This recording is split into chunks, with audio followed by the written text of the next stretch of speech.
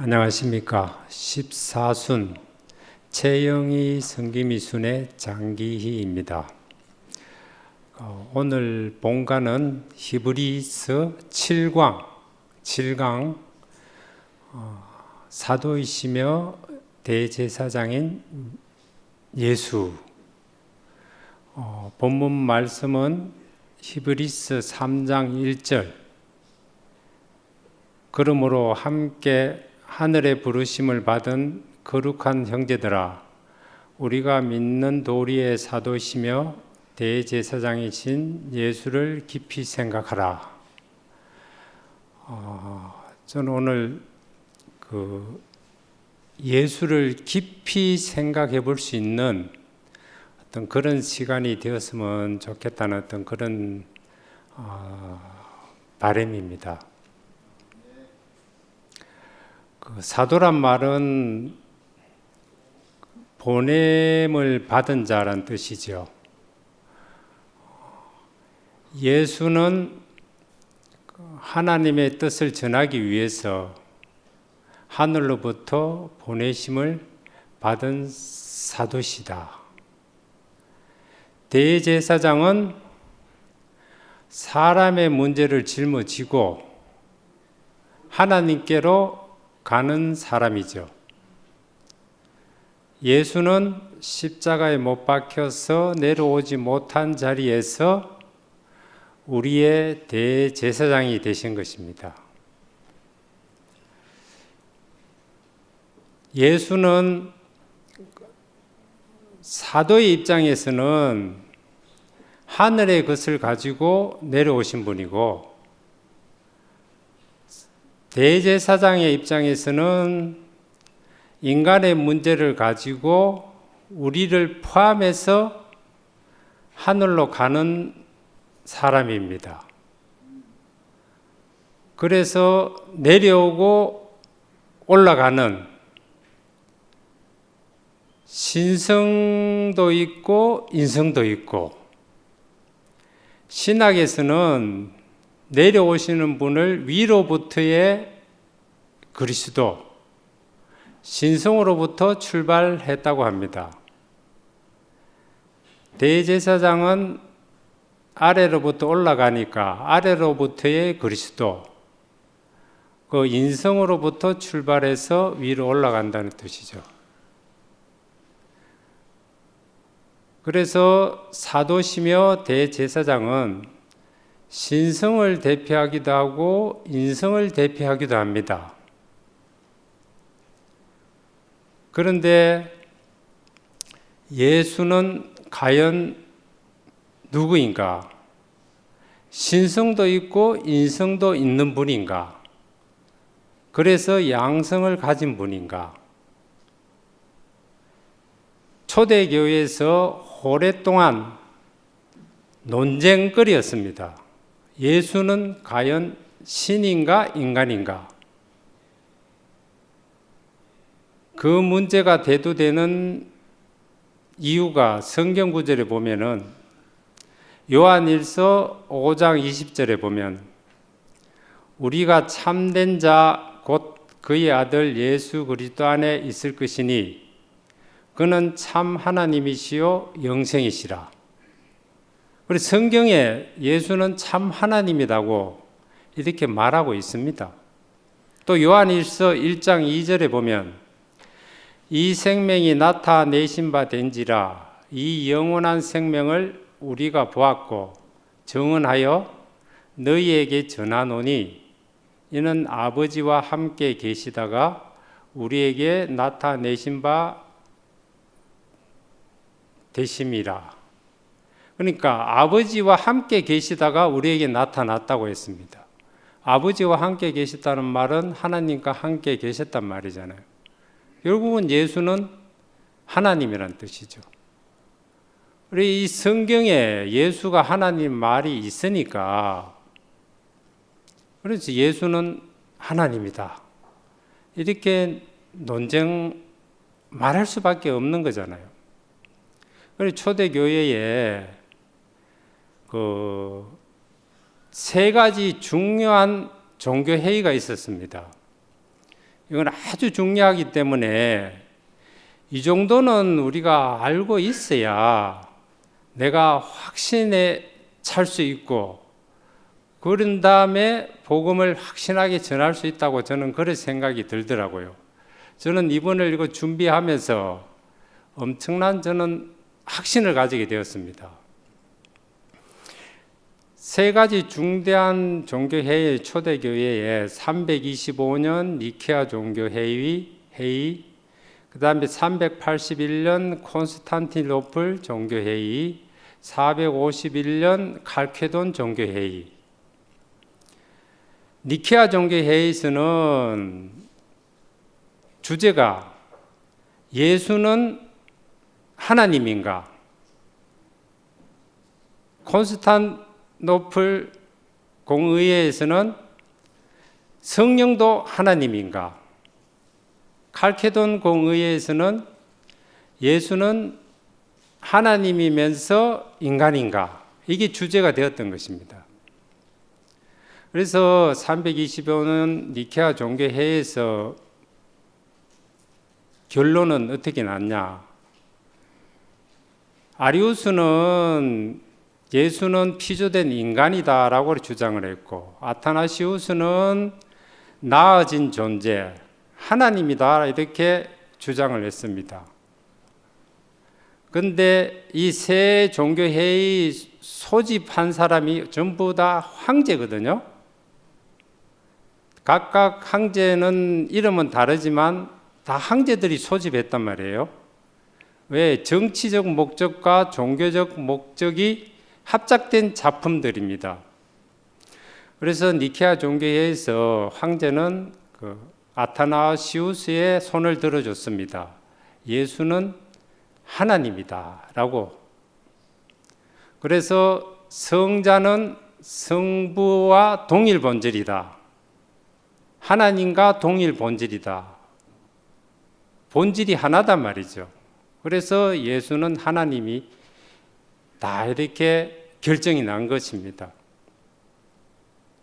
왜 예수는 하나님이어야 되는가? 인간이 되면은 인간이 어떻게 인간을 구원할 수 있냐는 거죠.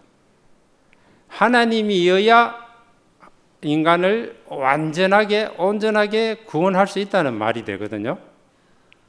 이 논리도 어떻게 보면은 일리가 있다고 보여지죠. 그런데 381년에 콘스탄티노플 공의회에서는 그럼 성령도 하나님인가? 그래서 성령도 하나님이다 결론이 났습니다. 왜? 성령이 하나님이 아니면은 사람에게 거할 수가 없다는 주장이죠. 안 그렇겠습니까? 맞는 것 같아요. 그래서 콘스탄티노플 공의회에서는 삼위일체가 제정이 되었습니다. 성부와 성자와 성령이 한 본질이다. 세 위격이 구별은 되지만 분리는 되지 않는다. 참만 멋있는 말입니다. 물이 액체로 있을 수도 있고 얼음으로 있을 수도 있고 수증기로 있을 수 있습니다. 한 본질의 세 형태로 나타나는 거죠. 그래서 삼위일체가 제정이 되었습니다. 예수는 하나님이면서 성령이고, 그 다음에 451년에 칼케돈 공의회에서 그동안 계속 논쟁이 되어 왔죠. 어째 예수가 하나님이냐? 아리우스파에서는 계속 아니다, 인간이다. 이런 논쟁이 계속 되어 왔기 때문에 이거를 종지부를 찍기 위해서 451년 칼케돈 회의에서 완전히 이제 정리를 한 거죠. 예수는 참 하나님이면서 참 사람이다.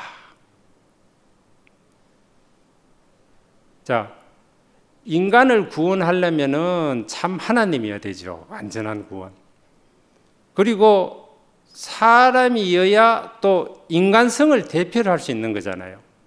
그 나와 관계가 없으면은, 하늘에 있는 하나님만 관계된다면은 나라는 인간성 대표가 없어지는 거잖아요. 나와 관계가 있어야 되잖아요. 그래서 인간성 대표를 위해서 예수는 또 사람이 되어야 합니다. 그래서 참 사람이면서 참 하나님이다. 이렇게 결론이 났습니다. 자,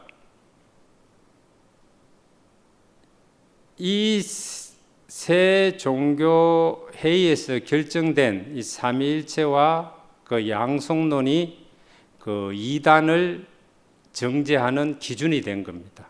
정통과 이단의 기준이 되었기 때문에 이거를 인정하지 않으면은 그 당시에는 이단으로 정죄되어서 화형에 처한 사람들이 엄청 많습니다.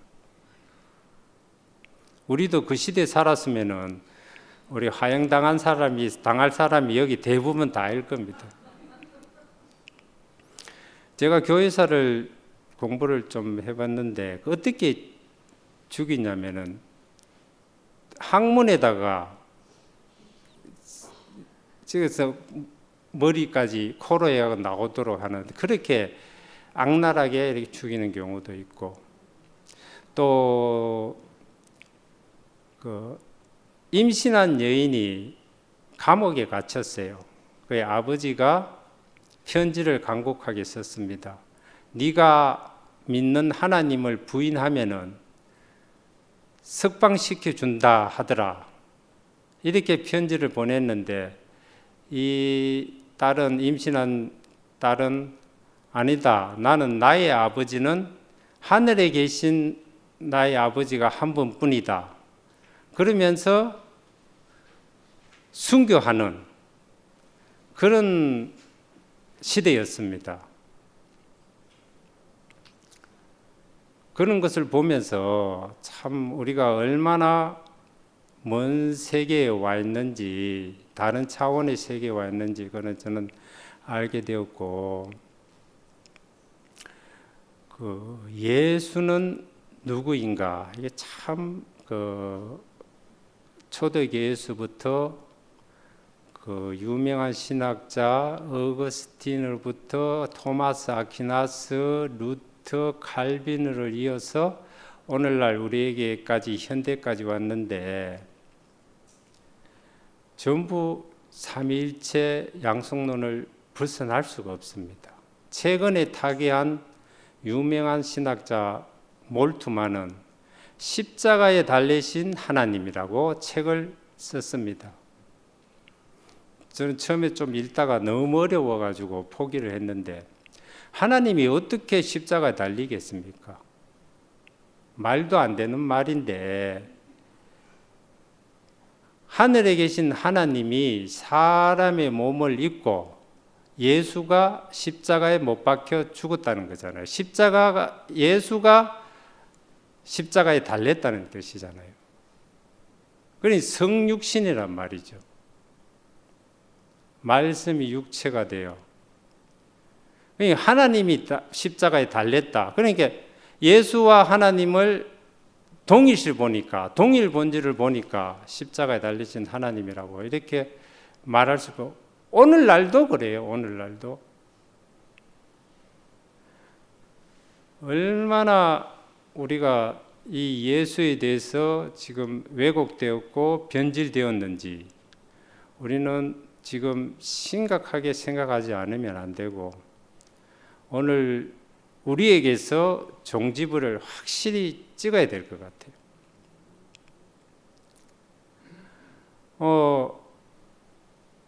예수는 그리스도다, 예수는 메시아다, 결국은 예수는 구원자라단 말이잖아요.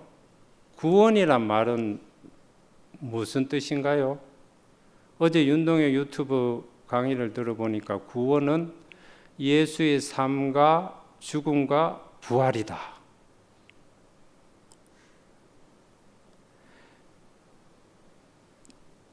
예수의 대속 제물로, 희생 제물로 인류의 죄를 사하여 주셨다. 그래서 사람은 죄를 사해 주셨으니까 의인이 되고 나중에 천국에 갈 수 있다. 이게 구원이라는 거죠. 희생 제물로서의 예수, 나를 대신해서 죽으신, 내 죄를 대신해서 죽으신 속죄물. 이거 대속이잖아요. 대속. 이 대속은 죄성을 벗어날 수가 없는 거죠. 대속은 죄성이다. 구원받은 죄인이라는 거죠. 우리는 대속이 아니잖아요. 구속이다. 구속. 죄는 하나님과 관계 단절이잖아요. 하나님과 관계 단절인데 이거를 죄인이다, 구원받은 죄인이다 이렇게 해석을 해버리니까 그 죄에서, 죄사함에서 벗어나지는 못하는 거예요. 그런데 우리는 대속이 아니고 구속이니까 위치 이탈되었다가 위치 회복되는 거잖아요. 벌써 차원이 전혀 다른 거죠. 그래서 우리가 이 구속의 세계에 와 있다는 것이 얼마나 감사한지 저는 너무너무 감사가 되어지고 나라는 존재가 정말 가치 있는 존재라는 사실이 이번에 깊이 또 다시 발견되었습니다.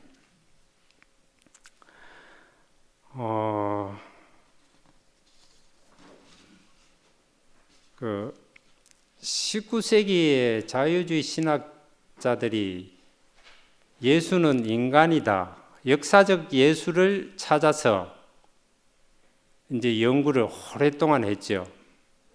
하도 예수는 하나님이다, 하나님이다 그러니까 이 현대 사회에 와가지고 합리주의, 계몽주의 시대, 이성이 발달한 이 과학의 시대에서 어떻게 예수가 하나님이냐, 이거는 절대 인정할 수 없다 이래서 역사적 예수를 찾아서 연구를 한 거죠.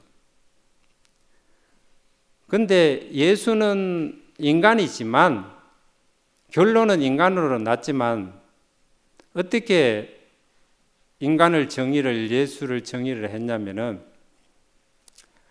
예수는 위대한 스승이고 모범적 도덕 교사고 사회 변혁가고 종말론적 예언가다. 여기에 우리가 그 사람한테 포함될 수 있겠습니까? 몇몇은 소수는 포함될 수 있겠죠. 위대한 예수, 모범적인 도덕 교사. 우리가 목사님 미덕에 포함될 사람이 누가 있나요? 되더냐? 그런데 이런 인간적인 역사적 예수를 밝혀놨지만 인간의 구원에 대해서는 해결하지 못한 거죠. 하나님이 인간을 구원을 할 수 있다는, 이 완전한 구원이 되어야 된다는 이것까지는 밝히지 못했다는 거죠. 2000년 동안 예수는 신인가 인간인가를 이렇게 논쟁이 되어 오다가 예수가 왜곡되고 변질되어 와가지고 우리에게까지 지금 왔습니다. 예수는 참 사람입니다.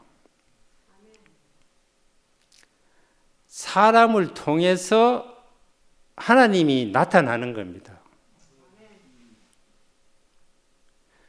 보이는 사람을 통해서 보이지 아니하는 하나님이 나타나는 것을 봐야 되는 겁니다.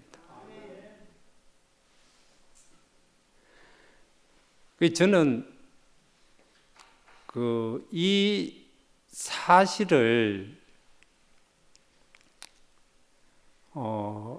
처음에는 좀 의심했어요. 객관적 사실과 주관적인 사실이 있다고 생각하고 십자가에 못 박혀 죽은 것은 사실이다. 이 객관적인 사실이잖아요. 그런데 십자가에서 내려오지 못하고 죽은 예수 안에 내가 있고 그가 나고 그가 만유를 포함하는 구속주다. 이것은 목사님의 주관적인 사실에 근거해서 주관적인 해석이다. 주관적인 사실과 주관적인 해석에서 나온 이 말이 어떻게 만유를 포함할 수 있는 말이 될 수 있는가? 저는 그런 의문이 들었습니다. 그래서 해결이 되지 않고 있었는데 또 윤동영 유튜브 강의를 들어보니까 이제 최근에 루트를 말씀하시더라고. 루트는 이 사실에 대해서 두 가지를 다르게 해석을 하더라고. 감추어진 사실과 자연적인 사실로 이렇게 나누었더라고요. 자, 자연적인 사실은 십자가에 못 박혀서 내려오지 못하고 죽은 거죠. 이건 자연적인 사실 맞죠? 개나 사람이나 십자가에 못 박히면 다 내려오지 못하고 죽습니다. 이건 생물학적 죽음이죠. 이 죽음을 가지고 너도 사람, 나도 사람, 니도 십자가에 못 박힌 죽으니까 니도 사람, 나도 십자가에 못 박혀 죽은 사람이 그거를 받아들이라. 이거는 생물학적 죽음을 얘기하는 저차원적인 수준이라는 거죠. 눈에 보이는 수준, 자연적인 사실이라는 거죠. 우리는 그걸 보자는 게 아니잖아요. 감추어진 사실을 보여야 된다는 거죠. 십자가에서 못 박힌 그 예수를 보고 내려오지 못한 예수를 보고 그분이 나를 포함하고 나의 원형이고 나의 정체성이고 나의 근원이고 만유를 포함하는 구속주다. 이게 감추어진 사실이라는 거죠. 이거를 봐야 된다는 거죠. 이거를. 그래서 저는 이 자연적인 사실에서 참 아름다워라 하는 이런 자연을 보고 우리는 하나님이 존재한다. 우리는 피조물이다. 이렇게 인식하는 것은 차원이 낮은 거라는 거죠. 그러니까 보이는 사실, 자연적인 사실을 통해서 감추어진 사실을 봐야 된다는 거죠. 그래서 루터는 숨어 계시는 하나님이라고 표현했더라고요. 이 보이지 아니하는 분이 숨어 계신다. 숨어 계시는 하나님이 십자가 예수를 통해서 계시되어서 나타나신다. 그래서 계시하는 하나님. 그래서 저는 이 감추어진 이 사실, 감추어진 하나님이 내려오지 못하고 죽은 그 예수를 통해서 찾아오신 하나님을 저는 만났습니다. 그 찾아오신 하나님을 우리가 지금 만나는 거잖아요. 그 감추어진 하나님이 우리에게 찾아오시니까 만나는 거지, 보여지는 거지. 그렇지 않으면은 그 내 의와 내 노력과 내 의지로 하나님에게 찾아갈 수 있습니까? 못 찾아가잖아요. 겟세마네 동사는 할 수만 있으면은 이 잔을 내게서 옮겨 주시옵소서. 그렇지만 내 원대로 마옵시고 아버지 원대로 하옵소서. 이거는 종교의 극치고 순교의 극치고 자유의지의 극치잖아요. 여기에서 만유가 포함이 안 되잖아요. 나 자신이 거기에 도저히 포함할 수 없는 사람입니다. 그런데 골고다에서는 하나님 어찌하여 나를 버리셨습니까? 라고 하셨지만 하나님은 침묵하셨습니다. 십자가에 못 박혀서 내려오지 못하고 결국은 죽었습니다. 그 자리에서 내려오지 못하고 죽은 자리에서 나의 자유의지가 개입될 수 있습니까? 전혀 자유의지가 개입될 수가 없습니다.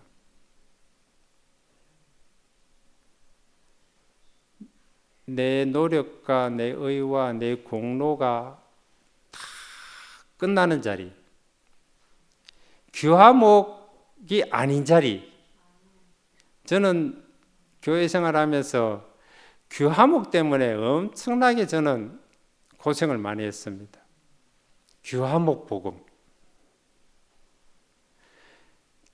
초창기 형님 누님들은 다 좋은 직장에서 참 교회 생활도 잘하고 주님을 잘 따라다니고 헌신과 봉사도 하고 너무너무 저는 부러웠습니다. 그래서 나도 해보려고 엄청 노력했지만은 저는 안 되더라고요. 저기 창룡 형이 계신데 저는 창룡 형 너무너무 존경했습니다. 직장 생활 잘해, 교회 생활 잘해, 교회 일 열심히 해. 어느 하나 나무랄 데 없는 완벽한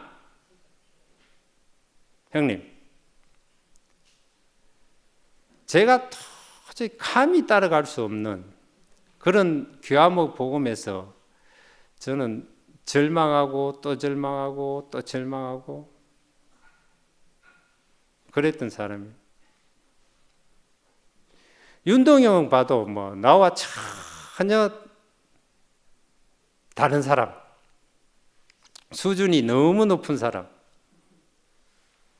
내가 감히 따라갈 수 없는 사람. 그러니 가깝고도 먼 당신이었죠, 예전에. 나의 아브라함이지만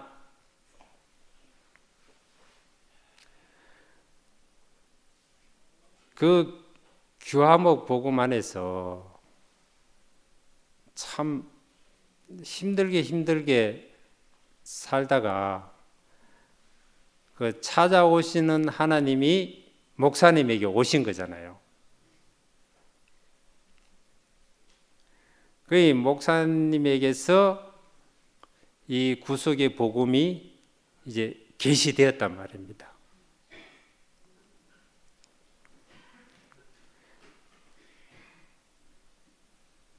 이 목사님의 어떤 이 구속의 복음이 오기 전에는 아까 귀화목 복음에서 참 힘들었다고 했지만 욥의 고난을 이렇게 생각을 해보니까 하나님이 의인으로 인정한 욥에게 왜 이런 고난을 주셨습니까? 자식들을 다 죽이고 다 죽었죠. 세 친구들이 위로했고 또 옆에 있던 한 사람에게도 또 위로받았고 했지만은 답이 안 되고, 그렇지만 욥의 고백은 내 신이도 여호와시요 가죽하시니도 여호와시다. 이전에는 귀로 들었지만 이제는 눈으로 주를 배웁나이다. 이제 눈으로 봐야 되는 이런 시대가 지금 이 구속의 복음이라고 저는 생각합니다. 목사님이 주신 이 구속의 이 복음은 봐야 되는 세계입니다.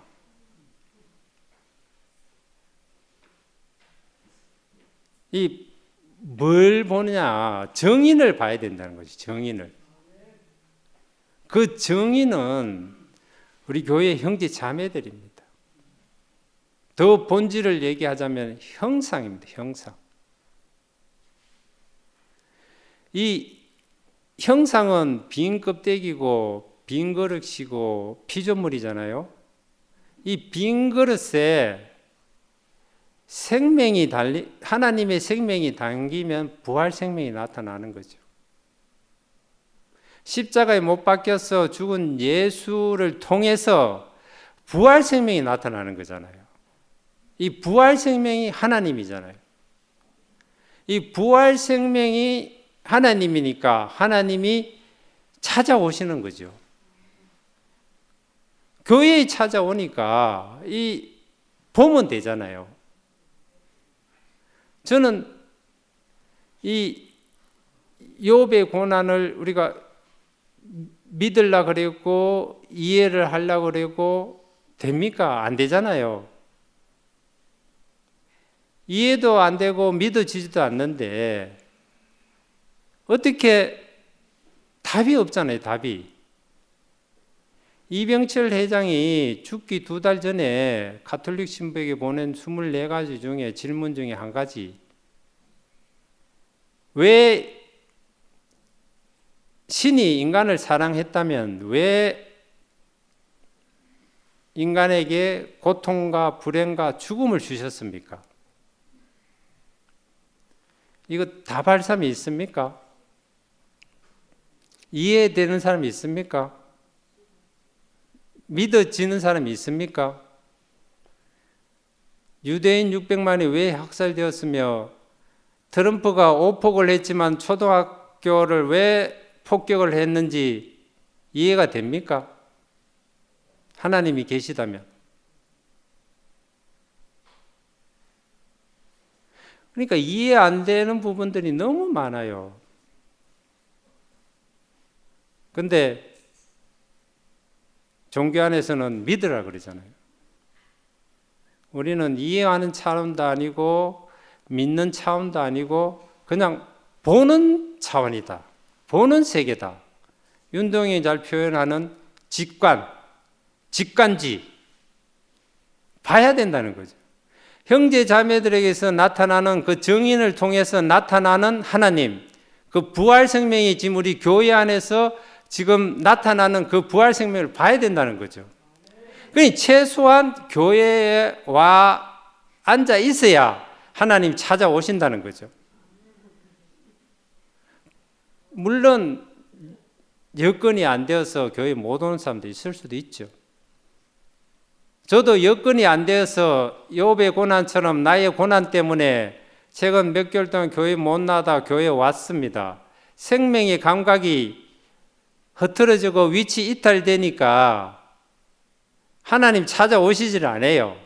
바가지를 엎어놨으니까. 근데 어떻게 하나님의 전적인 은혜로 교회에 앉아 있는데, 특히 예를 들자면은 원선이 형 간증 속에서 술 취한 사람은 절대로 논리 정연할 수 없다. 그 말이 저한테 들렸어요. 그게 부활 생명으로 하나님으로 저한테 찾아오시니까 바가지가 엎어놨던 게 바로 이렇게 바뀌어지더라고요. 찾아오시니까 나에게 은혜가 이렇게 넘치더라고. 그 위치가 이탈되었다가 위치가 다시 이렇게 회복되는 어떤 그런 경험을 했습니다.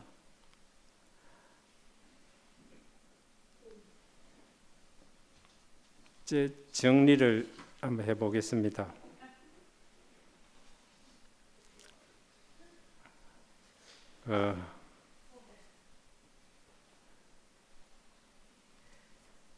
아까 정의는 형상이라 그랬잖아요.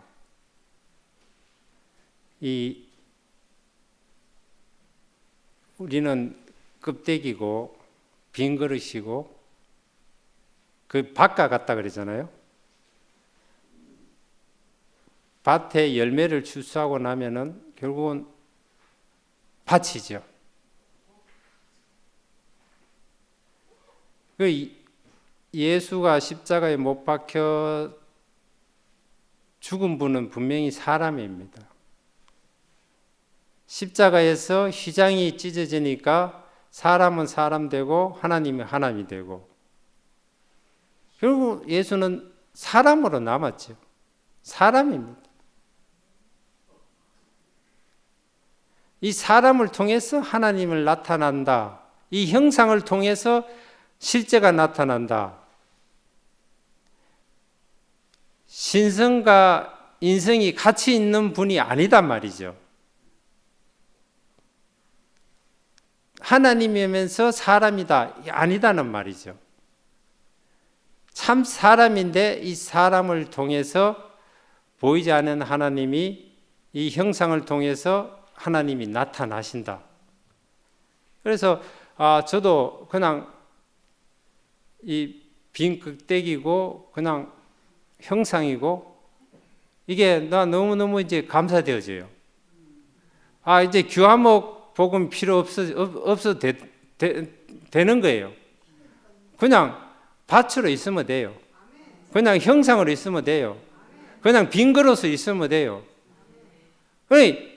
내가 할 일은 아무것도 없어요. 내 의와 공로와 내 의지, 자유의지도 다 필요 없어요.